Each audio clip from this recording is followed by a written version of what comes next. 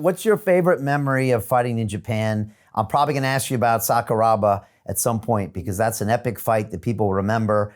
You know, it went 45 minutes and you broke your arm and you didn't tap out. I mean, can you tell us about that fight and that whole situation? Because he was being called the Gracie killer, and you were the third Gracie to fight him, or the second Gracie?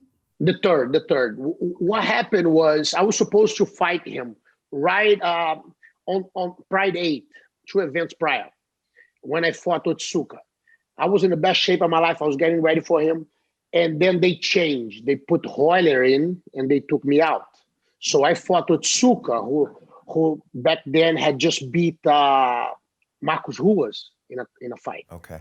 And I fought him. I beat Otsuka very fairly and square. And then Royler lost to Sakuraba on that fight in a bad call. He got him. Royler is extremely flexible. Sakuraba got him in a Kimura, but he couldn't go any further. And Royler was fine, and they stopped the fight. They gave the victory to, and there was a weight difference of around 25 kilos. Yeah, let's talk about the weight difference, first of all, because Royler's not big. You're not big, Renzo. Come on. Royler is 63 kilos. 63 kilos. I was huge. I was 70 kilos. I don't even know. I mean, if you fought in the UFC back then, you would have fought at 145, right? I mean, 145, yeah. That was my weight, 145, yeah. Sakuraba.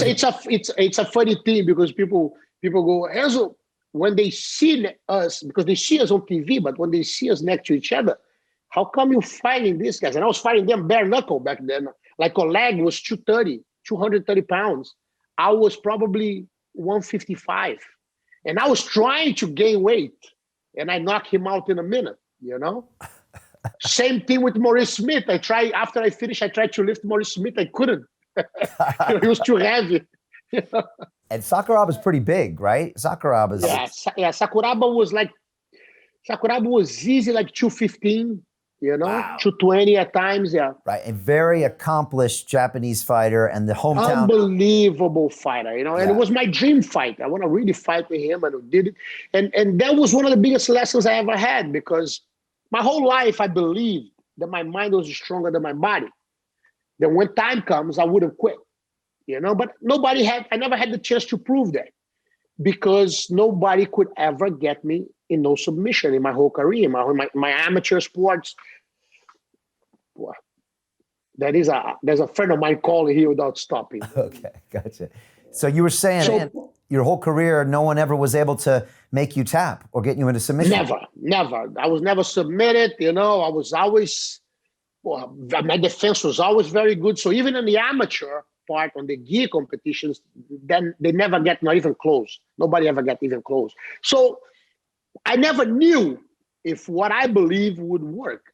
And then Sakuraba gave me the amazing opportunity to see that it was true, that my mind was actually stronger than my body. And I remember, and I learned a lot with that fight, because in my head, I already won. I completely dominated him. He couldn't find no way. And then finally I swept him, and I had his back. And that's when he locked. And because of the glove, I couldn't pull my hand out.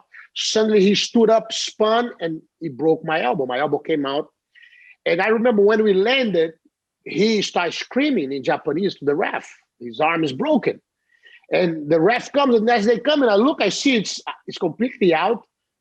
And then I said, no, don't worry. This happens all the time. Keep going.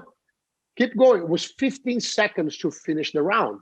And in my head, I said, I'm going to put it back, and I will fight the last round with him, and I'm going to finish this and show who's the champion. But they stopped the fight. They didn't let that happen. You know, they made it stop.